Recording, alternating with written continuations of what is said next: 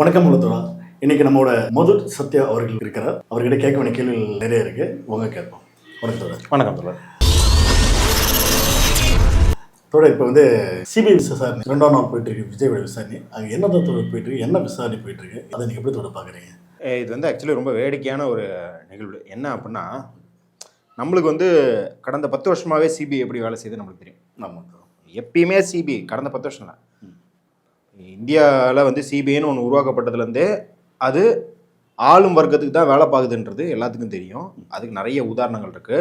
ஆனால் அதுலேயும் கடந்த 10 வருடம் ஆளும் வர்க்கம் அப்படிங்கிறத தாண்டி ஒரு கட்சி ஆளுற ஒரு கட்சிக்காக வேலை பார்க்குற ஒரு நிறுவனமாக மாற்றப்பட்டிருக்கிறது சிபிஐ அப்படிங்கிறது எல்லாத்துக்குமே தெரியும்.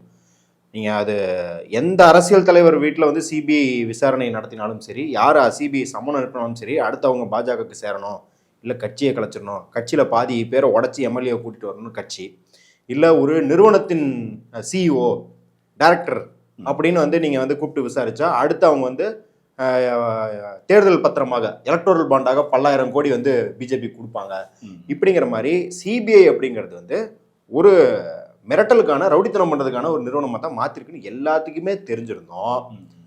நானே போய் புலிவாலை பிடிப்பேன் அப்படிங்கிற மாதிரி நாங்கள் சிபிஐக்கு, அதாவது எப்படி நீதிமன்ற கண்காணிப்பில் சிபிஐ விசாரணைக்கு வாங்கிட்டு வந்தேன்னு சொல்லி எப்படி கொண்டாடினீங்க, அதை வெடிவெடிச்சு கொண்டாடினீங்க. சுப்ரீம் கோர்ட்டு தீர்ப்பிலே சொல்லாத வண்ணம் நங்கு நங்கு நங்கு என்று தலையில் கொட்டியது அப்படின்னு சொன்னீங்க. இந்த இப்படியெல்லாம் சிரிச்சிங்க. அப்புறம் ஆதவ அர்ஜுனா உரிமையில் கரூரில் ஒரு ரவுடி பையன் இருக்கான், அவனை பற்றி உண்மையெல்லாம் சிபிஐயில் வெளியே விசாரணைக்கு வரப்போகுதுன்னு சொல்லிட்டு இன்னைக்கு யாரை விசாரிக்கிறாங்க? உங்களை தான் விசாரிக்கிறாங்க. செந்தில் பாலாஜிக்கு அந்த வழக்கு அங்கே சம்மந்தமே கிடையாது. யாரும் அந்த திமுக அது இதுன்னெலாம் சொன்னாங்க, யாரும் கிடையாது. ஈவன் இங்கே இருந்த காவல்துறை அதிகாரிகள் கூட ஒரு நாள் அங்கே போய் அவங்களோட ஆவணங்களை சமர்ப்பிச்சுட்டு அதுக்கான விளக்கத்தை கொடுத்துட்டு வந்துட்டாங்க. ஏன் ப்ரெஸ் மீட் வச்சோம் அப்படிங்கிறதுக்கான விளக்கத்தை மட்டும் கொடுத்துட்டு வந்துட்டாங்க. ஆனால் இவர் தொடர்ந்து இப்போ 2வது நாளாக கேள்வி மேலே கேள்வி, அதுவும் முதல் நாள் சொன்னாங்கன்னா 100 கேள்விகள் கொடுக்கப்பட்டது அவருக்கு. ஆம் இல்லை அப்படின்ற போன்ற கேள்விகள் பெருவாரியாகும். அப்புறம் நீங்கள் ஏன் தாமதமாக போனீங்க, தாமதமாக போய் கூட்டம் ஜாஸ்தி ஆயிடுச்சுன்னு உங்களுக்கு தெரியுமா தெரியாதா, இவ்வளோ கூட்டத்துக்கான ஏற்பாடுகளை ஏன் செய்யவில்லை, கூட்டத்தில் இந்த ஏற்பாடுகள் செய்யாதனால தாகம் எடுக்கிறது, பசி மயக்கத்தில் மக்கள் விழுகிறாங்கன்னு உங்களுக்கு தெரியுமா, தெரிஞ்சிருந்தும் கண்டினியூ பண்ணீங்களா, இந்த அசம்பாவிதம் எப்போ உங்களுக்கு ஃபஸ்ட்டு அதை பற்றிய தகவல் உங்கள்கிட்ட சொன்னாங்கன்னு போட்டு வாட்டி பதக்குறாங்க. யோசிச்சு பாருங்க. தளபதி ஒரு கடைசி 15-20 வருஷமாக பத்திரிகையாளர்களை சந்திச்சாலே ஒன் இந்த மாதிரி இன்டர்வியூ எடுத்தாலே கேள்வி கேட்குறாங்க, அதுக்கே பதில் சொல்ல முடியலன்னு தான் நாங்கள் ப்ரெஸ்ஸே சந்திக்கிறது இல்லை.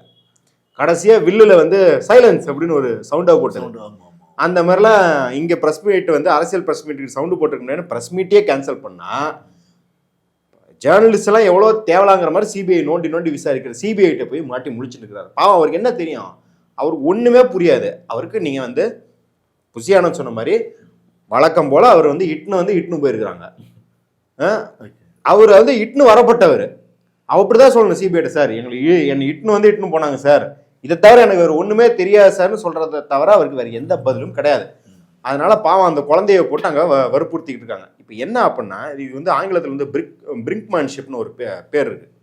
அதாவது இப்போ நானும் நீங்களும் ஒரு சமரசத்துலையோ ஒரு கூட்டணியிலையோ இல்லை ஒரு புரிதல்லையோ இருக்கிறோம். நீங்களும் நானும் இதை சேர்ந்து இதை செய்வோம், இல்லை நான் இதை செய்வேன், என் பக்கம் நீ வராத, உன் பக்கம் நான் வராதுன்ற மாதிரியான ஒரு புரிதல் இருப்போம். ஆனால் நான் ஒரு பெரிய பலசாலி, நீங்கள் இப்போ தான் அந்த ஃபீல்டுக்கு புதுசாக வரீங்க அப்படின்னும்போது என்ன பண்ணுவேன்னா, நீங்கள் எப்போ சரிவீங்கன்னு நான் காத்துட்ருப்பேன். எதிரியை விட உங்கள்கிட்ட தான் நான் பயங்கரமாக காத்துட்ருப்பேன். எதிரி சரிஞ்சா கூட அது எனக்கு அடிக்கிறது தான்.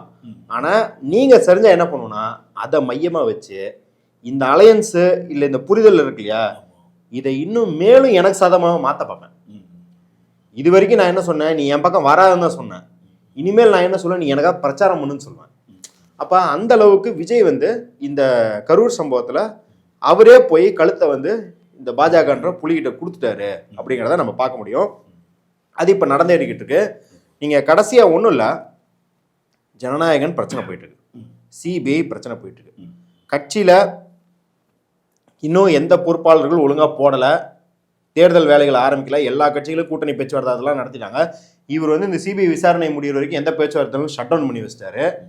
கடைசியாக இவர் அரசியல் பேசணும் எப்போ பார்த்தீங்க? இவ்வளோ பிரச்சனைகள் போயிட்டு இருக்கு. கடைசியாக டிசம்பர் 18 ஈரோட்டில் பேசியிருக்காரு. இப்போ இன்னைக்கு நம்ம பேசிட்டு இருக்கிற தினம் 20 ஜனவரி 20 1 மாசத்துக்கு மேல ஆகி போச்சு அவர் கடைசி அரசியல் பேசி. இப்போ இதை வச்சுக்கிட்டு என்ன பண்றது? சிபிஐக்கே எப்படி இருக்குன்னா, இந்த நிஜமாலுமே அது சொன்னா ரொம்ப காமெடியா இருக்கும். விஜய் வந்து ஒரு பெரிய ஹீரோ, அவரை ஏன் இப்படி சொல்றீங்க அப்படின்வாங்க. கந்தசாமியில வடிவேல விசாரிக்கிற மாதிரி தான். நிஜமாலுமே ஒரு டம்மி தான் போல அப்படிங்கிற நிலைமையில தான் இப்போ ஆக்சுவலி வந்து நீங்க இப்போ அவர் வந்து உங்கள்கிட்ட மாட்டல, நீங்க தான் அவர்கிட்ட மாட்டிட்டீங்கன்ற மாதிரி இவரை வச்சு என்ன பண்றதுன்னு தான் சிபிஐ விசாரணையில் இருக்கும். ஆனா இவரை வச்சு என்ன பண்றதுன்னு அமித்ஷாவுக்கு நல்லா தெரியும், மோடிக்கு நல்லா தெரியும். அந்த திட்டங்கள் அரங்கேறிட்டு இருக்கோம் அப்படிங்கிறத நம்ம வந்து இந்த விசாரணையில இருந்து பாக்குறோம். ஓகே, அதாவது இப்போ வந்து பாஜக வந்து அலையன்ஸ் ஸ்ட்ராட்டஜி வந்து அழுத்தம் கொடுக்குறாங்க, அதுக்கு வந்து விஜய் வந்து ஒத்து போக மாட்டாங்க. ஸோ அதனால தான் இந்த வந்து இழுபறி அப்படின்றாங்க. அதெல்லாம் அதாவது ஒரு 2-3 ரைடு விட்டோன்னே நீங்கள் வந்து இஸ்லாமிய தீவிரவாதின்னு வந்து இஸ்லாமியர்கள் வெறுப்ப பரப்புறத பீஸ்டில் நடிக்கிறீங்க. எந்த ரஃபேல் விமானத்தின் மீது ஊழல் குற்றச்சாட்டு இருக்கோ அந்த ரஃபேல் விமானம் தான் பாகிஸ்தான் ஃப்ளைட்டை வந்து குண்டு போட்டு வீழ்த்துற மாதிரி நீங்கள் வந்து டசால்ட் அப்படின்னு கிளைமேக்ஸில் இருக்கிறீங்க பீஸ்ட். அந்த அளவுக்கு தான் உங்களுக்கு தைரியம். அவ்வளவே அரசியல் தைரியத்தெல்லாம் விடுங்க, பிஜேபி எதிர்த்து நிற்கிறதெல்லாம் விடுங்க. பிஜேபி, திமுக, விசிகா, கம்யூனிஸ்ட், காங்கிரஸுங்கிறதெல்லாம் 100-150 வருஷம் பன்மையான இயக்கங்கள், அவ்வளோ அரசியல் இருக்கு. ஏங்க நேற்று வந்து ஒரு பிரதீப் ரங்கநாதன் இப்போதான் 3வது படம் இப்படி தான் நடிச்சிருக்காரு.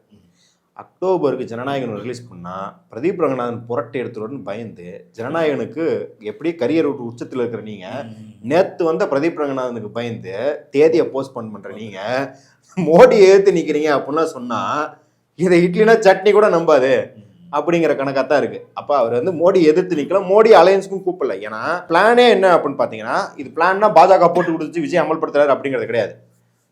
ஒரு தேர்தல் காலத்தில் நீங்கள் உள்ளே வரீங்க அப்படின்னால என்ன பண்ணுவீங்க? இந்த போர்ஷன் அவன் எடுத்துக்கிட்டான், அந்த போர்ஷன் இவன் எடுத்துக்கிட்டான், நடுவில் இவ்வளோ போர்ஷன் நம்மளுக்கு இருக்குது, அதை நம்ம எடுத்துக்குவோம் அப்படின்ட்டு தான் பார்ப்பாங்க. ஸோ அது மாதிரி ஒரு கால்குலேஷன் பண்ணும்போது என்ன சொல்கிறாங்கன்னா, இவர் பாஜக எதிர்ப்பில் இருக்கிற திமுகவுக்கு இருக்கிற கோர் ஓட்டர் பேஸில் கொஞ்சம் எடுப்பார். அதாவது சொல்கிறாங்க அப்படி, நான் அதில் எனக்கு உடன்பாடு இல்லைனாலும் இதுதான் என்ன அவங்க கால்குலேஷன், மைனாரிட்டி ஓட்ஸில் கொஞ்சம், பட்டியல் சாதியினர் ஓட்டில் கொஞ்சம், பெண்கள் ஓட்டில் கொஞ்சம், இதெல்லாம் வந்து திமுக கோர் ஓட்டர்ஸாக இருக்குது, அதுலேருந்து எடுக்கிறாரு. அப்போ திமுக வாக்குகளை, திமுக கோர் பேஸை கொஞ்சம் அசைச்சு பார்க்கறது தான் அவரோட ஸ்ட்ரென்த்தே. அப்படின்னும் போது அவர் என்டிஏ கூட்டணியில் வந்து சேர்ந்தாரா அந்த ஸ்ட்ரென்த் காலி ஆயிரும். இன்னொன்று, அவர் வந்து இது மதசார்பற்ற சமூக நீதி எல்லாத்தையும் தூக்கி குப்பையில போட்டுற வேண்டியதான் என்டிஏக்கு போனால். அப்போ அப்படி இருக்கும்போது உள்ளே போனால் விஜய்க்கு லாஸ் தான். இப்படி லாஸ் ஆன விஜயை வச்சுக்கிட்டு, ஏன்னா கட்டமைப்பு கிடையாது பாஜகவுக்கும், தமிழ்நாட்டில் கட்டமைப்பு கிடையாது. அதிமுக கட்டமைப்பில் தான் அது பாஜகவாகட்டும் இல்லை நீங்கள் உள்ளே கொண்டு வர மற்ற கட்சிகள், சின்ன சின்ன கட்சிகள் எல்லாத்தும் அதிமுகவின் சிதைக்கப்பட்ட அதிமுக. இது வந்து ஒன்றுபட்ட அதிமுக கிடையாது 2021 மாதிரி. இது சிதறடைஞ்ச அதிமுகவின் கட்டமைப்பின் மீது எல்லாரும் சவாரி செய்யணும் போது இன்னொரு பெரிய வெயிட்டை தூக்கி விஜயை தூக்கி அந்த இதில் வச்சிங்கன்னா அந்த கூட்டணிக்கும் அது தொய்வு.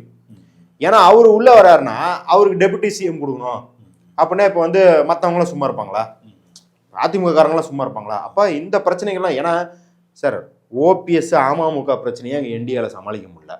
அது சின்ன சின்ன, அது இத்தனைக்கும் ஓபிஎஸ்லாம் வாக்கே கிடையாது, அவரையே சமாளிக்க முடியலன்னும் போது விஜய் போன்றவர்கள்லாம் உள்ளே கொண்டு வரதுக்கான திராணியும் கேப்பபிலிட்டியோ என்டிஏ கூட்டணி கிடையாது.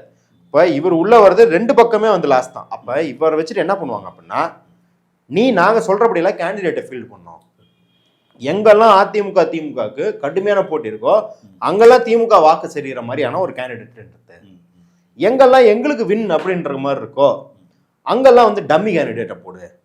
அப்போ அந்த மாதிரியான புரிந்துணர்வுக்கு அவங்க வருவாங்க. அதுவும் தாண்டி இப்போ நான் முன்னாடி சொன்ன மாதிரி ஓபிஎஸ்ஸை எங்கே வைக்கிறதுன்னு தெரில, அவரை என்டிஏ கூட்டணியில் வச்சு ஒரு லாபமும் கிடையாது. ஏன்னா வந்து இவர் எடப்பாடி என்ன சொல்கிறாருன்னா, கதவை அடைச்சிட்டு வந்துட்டார், அதிமுகவில் அவருக்கு இடம் இல்லை அப்படின்ட்டார். அப்போ இன்னொரு கட்சியாக இல்லை இன்னொரு மெம்பராகவா இல்லை பாஜகவில் சேர்த்துறீங்களா அப்படின்றது தெரியாது. சேர்த்தாலும் அவருக்கு வாக்கு அவரை கொண்டு வரது கிடையாது. அப்போ அவரையும் சரி, ஐயா ராமதாஸ் அவர்களையும் சரி, ஏன்னா அன்புமணி வந்துட்டார், ராமதாஸ் இன்னும் தொங்கல் இருக்க அந்த பிரிவு. அப்போ ராமதாஸ் ஐயாவையும் ஓபிஎஸ்ஸையும் எங்கள் கூட்டணியில் வச்சுக்க முடியல, நீ சுமந்துக்கோ. அப்போ ஏன்னா நீ சுமக்காம இவங்கெல்லாம் திமுக பக்கம் சாஞ்சாங்க அப்படின்னா அது நம்மளுக்கு பாதகம். இப்போ அதிமுகவும் பாமகவும் ஃபுல் ஸ்ட்ரென்த்தில் இருந்தால் மட்டும்தான் சேலத்திலே அதிமுகவில் ஜெயிக்க முடியும். சேலம், தருமபுரி போன்ற இடங்கள்ல வந்து அதிமுக ஜெயிப்பதுக்கு உங்களுக்கு பாமக ஆதரவு ஃபுல்லா இருந்தா மட்டும்தான் ஜெயிக்க முடியும். அதிமுகவே ஜெயிக்க முடியாது பாமக சீட்ல, அதிமுக சீட்லேயே அப்படிதான் ஜெயிக்க முடியும். அப்படின்னும் போது ராமதாஸ் ஐயா வந்து திடுப்புன்னு திமுக ஆதரவுன்னு போனா அங்க ஒரு சலசலப்பு ஏற்படும். அவருக்கு வாக்கு இல்லை, கட்டமைப்பு எல்லாமே அன்புமணி அவர்கள்ட்ட தான் இருக்கு அப்படின்னாலும் அவருக்குன்னு ஒரு மரியாதை இருக்குல்ல. ஓபிஎஸ் ஆகட்டும், ராமதாஸ் ஐயா அவர்களாகட்டும், அந்தந்த அவர்கள் எந்த சமூகத்தை ரெப்ரசன்ட் பண்றேன்னு சொல்லிக்கிறாங்களோ அந்த சமூகத்துல ஒரு செல்வாக்கு இருக்குல்ல, அதை அவமானப்படுத்தக்கூடாது அப்படின்னா நீங்க வந்து அவங்கள தூக்கி இதுல போடுங்க. எது தாவேக்கா கூட்டணியில் வச்சுட்டீங்க அப்படின்னா அவங்க இந்த கூட்டணியை பத்தி திட்டியே பேச மாட்டாங்களா? அதாவது தாவேக்கால இருந்தா பாஜகன்ற வார்த்தையை அவங்களுக்கு தெரியாது இல்லையா? அவங்க டிக்ஷனரியில BJ அப்படின்னு வந்தா P வராது அதுக்கப்புறம். அந்த மாதிரியான ஒரு செட்டப்ல இருக்காங்க இல்லையா? அதனால வந்து எல்லாரும் சேர்ந்து திமுகவை திட்டலாம் அப்படிங்கிற ஒரு புரிந்துணர்வுக்கு வருவாங்களுடைய இதை வந்து கூட்டணிக்குள்ள கொண்டு வருவாங்க அப்படின்றதெல்லாம் நம்ம எதிர்பார்க்க முடியாது. அப்படியெல்லாம் நடந்துருச்சு அப்படின்னா அது ஒரு பெரிய சர்ப்ரைஸா இருக்கும். அதை விட விஜய் வந்து ஒரு பெரிய கோலை அப்படின்னு நிரூபிக்க முடியாது அப்படிங்கிறத நம்ம பார்க்கறோம். அது வந்து இப்போ வந்து வருங்காலத்தில் வந்து எடப்பாடியா பிளஸ் விஜய் இவங்களோட கூட்டணி வந்து வெளிப்படையே வந்து இருக்காது. வெளிப்படையா இருக்காது. இப்ப இருக்காது, 2026 இருக்காது. அவங்க கால்குலேஷன்னா பவன் கல்யாண் மாதிரி அப்படியே இதை பில்ட் பண்ணியே கொண்டு போய் கொஞ்சம் கொஞ்சமா திமுக இருக்கிற வாக்குகளை உடைக்கிறது. ஏன்னா நீங்க சீமானே அந்த வேலையை தான் பார்த்துட்டு இருந்தாரு. ஆன்டி பிஜேபி வாக்குகளை திமுக இருந்து பிரிக்கிறதா தான் அவர் வேலையாக இருந்தது. ஆனா 2017 அப்புறம் நீங்க என்ன ஆயிடுச்சு அப்படின்னு பாத்தீங்கன்னா அவரே ஒரு ஆன்டி டிஎம்கே ஃபேஸ் ஆயிட்டும் போது அவர் அதிமுக வாக்குகளை தான் சிதைக்க ஆரம்பிச்சாரு சீமான். அது போலதான் இப்ப என்ன நினைக்கிறாங்கன்னா விஜயை வந்து குரூம் பண்ணிட்டே போனா 2031 தேர்தலில் அவர் ஒரு பவன் கல்யாணம் ஆக்கலாம் அப்படின்னு கணக்கு போட்டாங்க. பிரச்சனை என்னன்னா அவருக்கு அந்த திராணி எல்லாம் கிடையாது. இந்த 2026 முடிஞ்சாலே அவர் படம் நடிக்க போயிடுவாரு. இப்ப இந்த கொடுவை அன்போ ஏதோ ஒரு சின்ன பையன் ஒருத்தன் ஃபேமிலிஸ்னு வீடியோ போட்டுக்கிட்டு இருப்பான். 13 வயசு 14 வயசு பையன். ஒரு ஸ்கேம் ஒரு 15-20 லட்சம் ஸ்கேம் பண்ணிட்டான்னாங்க. அவன்கிட்ட ஏமாந்ததெல்லாம் யாருன்னு பார்த்தீங்கன்னா தாவேக்காரங்க தான், தாவேக்கா ஆதரவாளர்கள் தான். அவன் துண்டை போட்டான், விஜய் நாட்டை பேசுறேன்னு சொல்லி ஒருத்தனை மிமிக்ரி பண்ண வச்சு வீடியோ எடுத்திருக்கான். அது விஜய் நம்பி இவங்களே வந்து காசு கொடுத்துருக்காங்க. சிரிப்பு. என் பார்வையில் என்னன்னா தளபதி விஜய் அவர்கள் ஒரு பெரிய பட்ஜெட் கொடுவை அன்பு. அவர் என்ன பண்ணிட்டாரு, அரசியலுக்கு வரேன்னு சொல்லி லியோ, கோட்டு, இப்போ ஜனநாயகன் நல்ல வசூலை பார்த்துட்டாரு. அவர் சம்பளத்தை டபுள் மடங்கு உயர்த்தி வாங்கிட்டார். அதை சொல்கிறாங்களே, ஒரு மீட்டிங்கில் 150 கோடியை விட்டு வந்தாருங்கிறான், அடுத்த மீட்டிங்கில் அவனை 200 கோடியை விட்டு வந்தாருன்றான், அதை வச்சுனா 300 கோடியை விட்டு வந்தார். இந்த மாதிரி ஒரு வருஷத்துக்கு 1000 கோடி அப்படிங்கிறாங்க. அப்போ 3 படத்துக்கு நல்லா வசூலை பார்த்துட்டாரு. பொட்டியை கட்ட வேண்டியதான் 2026க்கு எலெக்ஷனாவது வெங்காயமாவது அப்படின்னு பொட்டியை கட்டிடுவார். கட்டிட்டு ஒரு 2 வருஷம் ரெஸ்ட் எடுப்பார். 2028 பொங்கலுக்கு அது ஏதாவது ஒரு படம் லோகேஷ் கனகராஜோ அட்லியோ கிட்லியோ யாராவது ஒரு படம் எடுத்துருவாங்க அப்படின்றத நம்ம பார்க்குறோம். அப்போ வந்து இப்போ ஒன் லாஸ்ட் டான்ஸ் அப்படின்னு சொல்லி அதில் ஒரு வசூல் வேட்டையை பார்த்தாங்க. மலேசியாவில் கூட்டு போய் பல கோடியில் வசூல் வேட்டையை பார்த்தாங்க. இந்த ஒன் லாஸ்ட் டான்ஸ் அப்படிங்கிறத வச்சு அரசியல் அது இதெல்லாம் ஹைப் பண்ணுறாங்க இல்லையா? 2 வருஷம் கழிச்சு கம்பேக் அப்படின்னு என்னடா பண்ண கம்பேக் பண்ணுற அப்படிங்கிற மாதிரி நம்ம வந்து பார்ப்போம். ஆனால் அதையும் கொண்டாடி அதுலேயும் வசூல் பார்ப்பார். அப்போ வந்து இந்த சிவாஜி படத்தில் ரஜினி சொல்லுவார்ல, எப்படி பார்த்தாலும் என் பிஸ்னஸ் சக்ஸஸ் தானே, அப்படிதான் அவர் போய்கிட்டு இருக்காரு. அப்படின்னும் போது பாஜக அதிமுகலாம் விஜயை நம்பி ஏதோ பெரிய திட்டத்தை போட்டாங்க, பாவம் அவருக்கு அதெல்லாம் பண்றதுக்கு முடியாது அப்படின்னு அவங்க யூகிக்கல. லைலா மணி அவர்கள் பார்த்தோன்னா இப்போ வந்து அரசு பார்த்தோன்னா வந்து 3000 கொடுத்தாங்கல்ல, அந்த காசு வந்து ஜனநாயக படத்துக்கு வந்து மக்கள் பார்க்கணுக்காக அந்த காசு வந்து வாங்கி வச்சு இருக்காங்க. அது எப்போ படம் வரும் சொல்லி மேபி அது வந்து ஒரு இழிவுபடத்துக்கு பேசக்கூடிய விஷயமா தான் இருந்தது. அது எப்படி ஒரு பார்க்குறேன், ஏன்னா கட்சிக்கான வேலைகள் பேசல, ஏதோ ஒரு படம் சார்ந்த வேலைகள் பேசுறது, ஏதோ அந்த படத்துக்கு வந்து ஓட வைக்கணும் அப்படின்னு மாதிரி பேசுறப்பல இதை எப்படி பாக்குறீங்க? அது இழிவுபடுத்துறதுன்னு நான் பார்க்கல, நகைச்சுவையா தான் பாக்குறேன். ஏன்னா 3000 ரூபா மக்களுக்கு தராங்கன்னா மக்கள் இன்னைக்கு அன்றாடம் கட்சியா இருக்கிற மக்களுக்கு 3000 ரூபா அப்படிங்கிறது வாழ்க்கையில எவ்வளோ ஒரு இதா இருக்குன்னு நம்ம யூகிக்கு கூட தேவையில்ல, ஒன்றும் கற்பனை எல்லாம் பண்ண தேவையில்ல, இல்லை நம்ம வந்து கண்ணீர் மல்க வந்து மக்களின் வாழ்க்கை எவ்வளோ கஷ்டமா இருக்குன்னு சொல்ல தேவையில்ல. நீ ஏன் நல்லா பார்க்குறோம்ல, தமிழால பார்க்குறோம்ல, அத்தனை பெண்கள் 1000 ரூபா கிடைக்கிறதுனால நாங்கள் என்ன பண்ணுறோம்னு சொல்கிறாங்க. எனக்கு வந்து ஒரு பைசா கூட தரமாட்டார் என் கணவர், ஏதோ இப்போ 1000 ரூபா வந்ததுனால தான் என் பிள்ளைக்கு வந்து ஒரு ஸ்வீட்டு காரமாவது வாங்கி தர முடியுது அப்படின்னு வந்து இந்த பெண்கள் சொல்கிறது. அந்த முதிய பெண்கள்லாம் வந்து மாத்திரை எனக்கு மாத்திரை கூட வாங்கி தர ஆள் இல்லை சாமி, 1000 ரூபா போட்டெல்லாம் வாங்கணும்னு அவங்க அழுவுறது. நான் இது வந்து திமுக அரசு நீங்கள் போற்றி புகழணும்லாம் ஆசைப்படல, ஆனால் அந்த மக்கள் காசை வாங்குறாங்களா அதை நீங்கள் கொச்சப்படுத்தாதீங்க. நீங்கள் வந்து திமுக அரசை கொச்சப்படுத்துறதுதான் நினச்சிக்கிட்டு மக்களை கொச்சப்படுத்துறது. இந்த அருண்ராஜா ஐஏஆர்எஸ் அவர் அப்படிதான் ஒரு மேடையில் வந்து 1000 ரூபாய் நீங்கள் வந்து எங்களுக்காக வாங்காதீங்க. நீ யாரா அதை சொல்கிறதுக்கு? ஓசி அப்படின்னு சொல்கிறது. நீ யார் அதை சொல்கிறதுக்கு? உனக்கு என்ன ரைட்ஸ் இருக்கு? அந்த மக்களோட வரி பணம் அந்த மக்கள் திரும்பி வாங்குறாங்க. அந்த மக்கள் அது பேர் அதனால தான் உரிமை தொகை. அது பேர் அந்த உரிமை தொகையை வாங்குறதுக்கு அவங்களுக்கு எல்லா உரிமையும் இருக்குது. அதை வச்சுக்கிட்டு இதை பண்ணு அதை வாங்காத, அது வந்து மோசம், அதெல்லாம் சொல்கிறதுக்கு உனக்கு யார் ரைட்ஸை கொடுத்தது? நீ திமுக அரசை திட்டுறியா? நான் தான் கேட்குறேங்க. திமுக அரசை திட்டுறதுலாம் பிரச்சனையே கிடையாது. திமுக அரசை எதுக்கு திட்டுற? இப்போ தூய்மை பணியாளர்கள் பிரச்சனை, சாம்சங் பிரச்சனை, சாதி ஆணவ படுகொலை பிரச்சனைன்னு இதை மையமாக வச்சு நீ திமுக திட்டினா நீ திமுக உண்மையாக எதிர்க்கிற அப்படின்னு சொல்லி நான் உன் துணை நிற்பேன். நீ என்ன பண்ணுற? ஓசி பஸ் நக்கல் பண்ணுற. நீ வந்து 1000 ரூபா நக்கல் பண்ணுற, 3000 ரூபாய் வாங்கி படத்துக்கு போன நக்கல் பண்ணுற. அப்போ நீ விமர்சிக்கிற திமுகவையே மக்களையா? நீ சொல்ல திமுக வந்து சாம்சங்க்கு, ஃபாக்ஸ்கானுக்கு, ஃபோர்டுக்கு இந்த மாதிரி பெரு நிறுவனங்களுக்குலாம் விலை போயிடுச்சு, அவங்களுக்குலாம் பாருங்க சலுகை தராங்க, அவங்களுக்குலாம் நிலம் தராங்க, மின்சாரம் தராங்க அப்படின்னு ஒரு வார்த்தை வேணா பேச சொல்லுங்க. அதெல்லாம் பேச மாட்டான். பெரிய பெரிய நிறுவனங்களுக்கு பண்ற சலுகைலாம் பேச மாட்டான். எதே இந்த பெரிய நிறுவனங்கள் தொழில் அமைக்கணும்னு 1000 கோடிக்கு நம்ம வந்து செலவு பண்றோம். அரசு வந்து செலவு பண்ணுது. இது இன்னும் அரசு வந்து மறைமுகமா செலவு பண்ணல. ஜியோ போடும் போதே இத்தனை 1000 கோடி வந்து நாங்கள் அவங்களுக்கு சாஃப்ட் லோன்ஸ், அதாவது வட்டியில்லா கடன் தரோம், அவங்களுக்கு வரி விலக்கு தரோம், இதெல்லாம் சொல்றாங்க. இதெல்லாம் வெளிப்படையா இருக்குல்ல. அதை என்னைக்கா கேள்வி கேட்டிருக்கியா? ஆனா மக்கள்கிட்ட தர 1000 ரூபாய்க்கு வர நீ அப்ப உன்னோட நீ வேலை பார்ப்பது யாருக்கு அப்படின்னா மக்களுக்கு கிடையாது. நீ அந்த மாதிரியான பணக்காரனுக்கு தான் நீ வேலை பார்க்க போற. அவன் போடுற பிச்சை காசுல தான் நீ எலெக்ஷன் நடத்த போற. அப்படிங்கிறது தான் இந்த மாதிரி விவரம் மரியாத கேனத்தனமா பேசிக்கிட்டு இருக்கிற பயலுக மேடை ஏறி 3000 ரூபாய்க்கு நீ வந்து எடுத்து வச்சிரு, படத்தை போய் பாரு. 3000 ரூபாய்க்கு இப்போ எக்ஸாம் வருதுங்க, ஆனுவல் எக்ஸாம் வருது, போர்டு எக்ஸாம் வருது, புக்கு வாங்கு, அதை வாங்கு, இதை வாங்குன்னு பேச வக்கு இல்லை. போய் ஜனநாயகன் படம் பாருன்னு ஒரு அரசியல் கட்சி ரெக்கமெண்ட் பண்ணுது அப்படின்னா எவ்வளவு ஆக முட்டாள்தனமான அரசியல் கட்சி அப்படின்னு பாத்துக்கோங்க. இப்போ வந்து பொங்கலே வந்து இதாகிடுச்சு. ஆனால் இன்னும் அந்த படம் வெளியே வரல. மேபி அந்த படம் வெளியே வருதுன்னு மெயினான ரீசன் என்ன சொல்றது? அது இப்போ வந்து ராகுல் கூட ஒரு அறிக்கை வரவிட்டு இருந்தாரு. இப்போ வந்து விஜய் இயக்குறது யாரு? மேபி வந்து காங்கிரஸ் தலைவர் வந்து ராகுலா, ஏன்னா மறைமுகமா பேசப்படுது. அது எப்படி பாக்குறீங்க? இன்கேஸ் படம் வெளியே வருமா வராதா? இது யாரோட சூழ்ச்சி அந்த படம் வந்து நீ நிற்குது? இல்லை, ராகுல் காந்தி வந்து ஒரு ஜனநாயக பூர்வமாக இருக்கணுங்கிறதுக்காக இப்படி வந்து ஒரு ஒடுக்கப்படக்கூடாது அப்படிங்கிறனால ஜனநாயகனுக்கு ஒரு ட்வீட் போட்டார் வழிய. ராகுல் காந்தியில போய் ஏங்க நீங்க தான் வந்து தாவிக்காவை இயக்குறீங்களான்னு கேட்டா, எப்பா என் கட்சி என்னாலே இயக்க முடியல, ஆளாளுக்கு அதான் நம்ம முதல்வர் ஒரு மேடையில சொல்லியிருப்பார்ல, மத்தளம் போல இரு பக்கமும் என்னை வாசித்து தூங்கவே விட மாட்டாங்கன்னு. நம்ம முதல்வருக்கே அவ்வளோ நெருக்கடி அப்படின்னா ராகுல் காந்திக்கு அதை விட 10 மடங்கு நெருக்கடி. அங்க கெலாட் குடும்பம் ராஜஸ்தான்ல, கமல்நாத் குடும்பம் மத்திய பிரதேஷ்ல, இங்க வந்து மாணிக்கம் தாக்கூர்னு எல்லா ஸ்டேட்லயும் அவருக்கு பாவம், அவர் தூங்க விடாம பண்ணிக்கிட்டு இருக்காங்கன்னும் போது விஜய் இயக்குறாருன்னு சொன்னா அவரே பாவம். ஏப்பா இருக்கிற பஞ்சாயத்துல இதை வேற இழுத்து விடாதீங்கன்னு நம்மள்ட்ட வந்து புலம்புவார் அவர். அப்படிலாம் இருக்க வாய்ப்பு இல்லை. என்ன அப்படின்னா இந்த படம் வந்து படத்துல எல்லாம் உள்ள எல்லாம் ஒண்ணும் இல்லைங்க. நீங்க பகவத் கேசரி பார்த்துருப்பீங்கன்னு, அதுல ஒன்றும் அப்படி புரட்சிகரமான படம்லாம் கிடையாது. அது சாதாரணமான கமர்ஷியல் படம். அந்த ஒரு முன்னாள் காவல் அதிகாரி திருப்பும் வந்து நியாயத்துக்காக திருப்பியும் அவர் வந்து களத்துக்கு வராருன்ற மாதிரியான ஆக பழைய நீங்கள் ஏற்கனவே தெரியல பார்த்தது, ஏற்கனவே சத்திரியன்ல பார்த்தது, அந்த மாதிரி ஏகப்பட்ட படம், இந்த எண்ணெய் எறிந்தால் படம் பார்த்ததுன்னு இந்திய சினிமா வந்து அரைச்சி ஊற்றி அதுக்கப்புறம் புளிச்சு போன ஸ்டோரி தான் அது. மசாலா ஸ்டோரி தான்.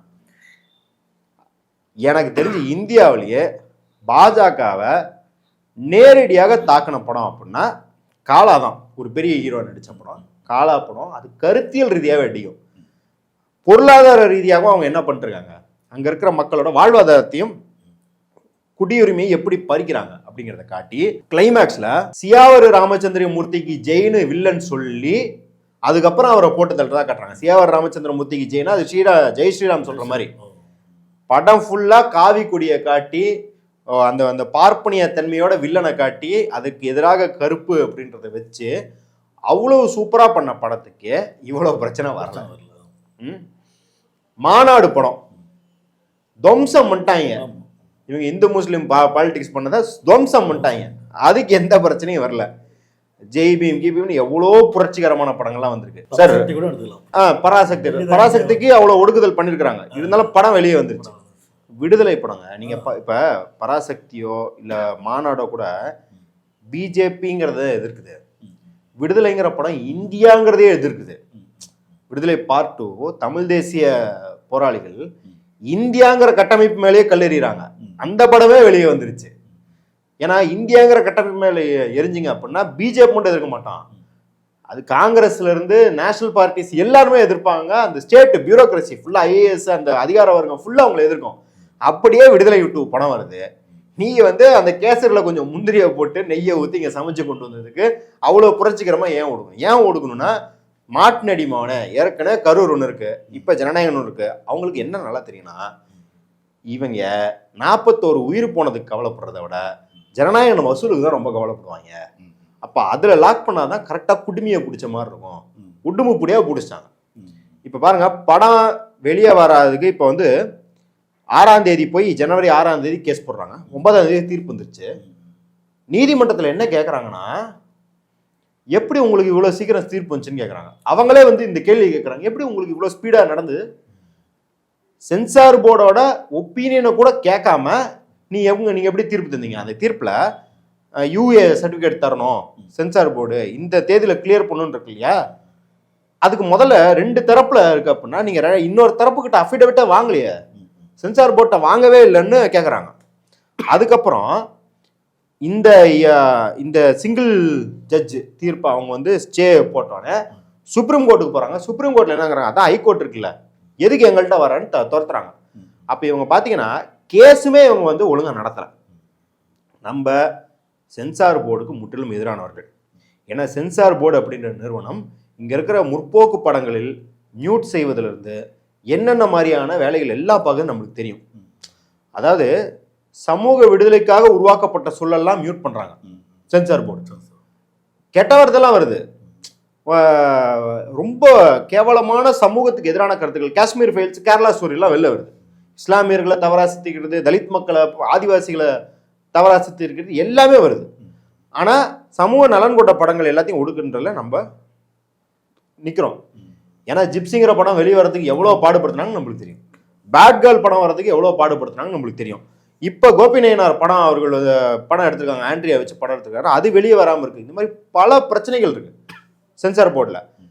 இந்த சென்சார் போர்டையெல்லாம் கண்காணிக்கிற இல்லை வந்து அதுக்கான இப்போ ஒரு சில சட்ட அடிப்படையில் தானே இதெல்லாம் இயங்குது.